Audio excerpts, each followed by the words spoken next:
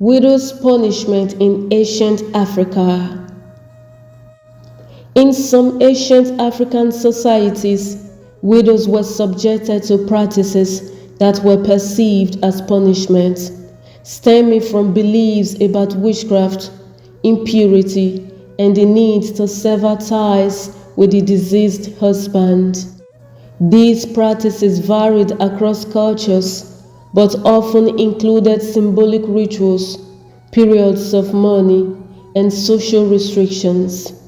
And the reasons for such punitive practices is that some cultures believed a widow might be responsible for her husband's death, either through witchcraft or by neglecting her duties.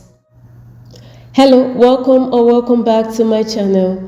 I'm Sephora Moses and I welcome you to Ink and Tales. Today we're exploring widowhood in Africa, impurity and spiritual danger.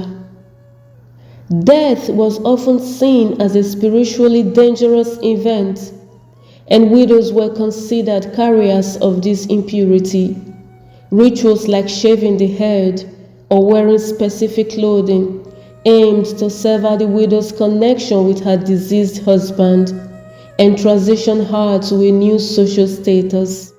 Widows in many African cultures are subjected to dehumanizing cultural and ritual practices passed off as mourning rites practices. In Kenya, Tanzania, Zambia, Zimbabwe, and Malawi, widows must undertake a requisite cleansing.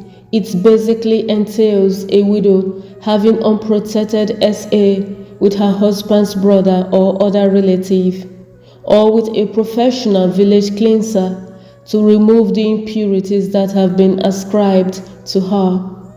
It's done before the widow is taken in marriage by the brother or other relative of her deceased husband. In Kenyan tradition, it isn't just after their husband's death that they are expected to go through this. Cleansing is also expected preceding specific agricultural activities, building homes or making repairs to them, funerals, and some other significant cultural and social events. It's intended to provide protection for the widow, her children, and the whole village. Failure to perform these rites leads to ostracism. Rituals of purification. Widows might be required to undergo rituals like drinking water used to wash the corpse or bathing in a specific manner to cleanse themselves of the impurity associated with death. In the southeastern parts of Nigeria, widows go through a period of confinement ranging from 8 days to 4 months, beginning when the husband's death is discovered. In this period, the widow is not allowed to leave her room and her hair is completely shaved.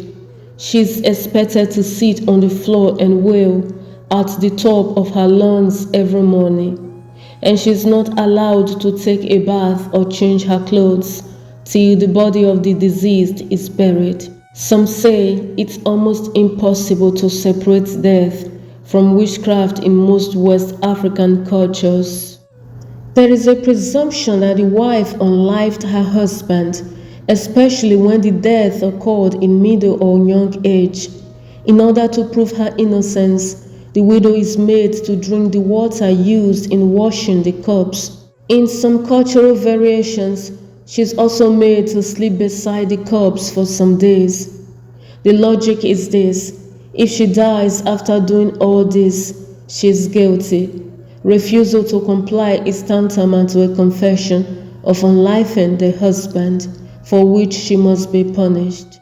One of the last stages of the Igbo culture's widowhood rites is called Aja Ani. It is essentially widow RAPE. At midnight, some days after her husband's funeral, the widow is expected to go out escorted by an Aja Ani priest or a dwarf to a place where he is supposed to perform a ritual for her. The widow is expected to engage in SA intercourse with the priest or dwarf, her consent is immaterial. The community and dead husband's family insist on her RAPE. After this, some of the patrilineal sisters escort her to a stream where she washes before returning home.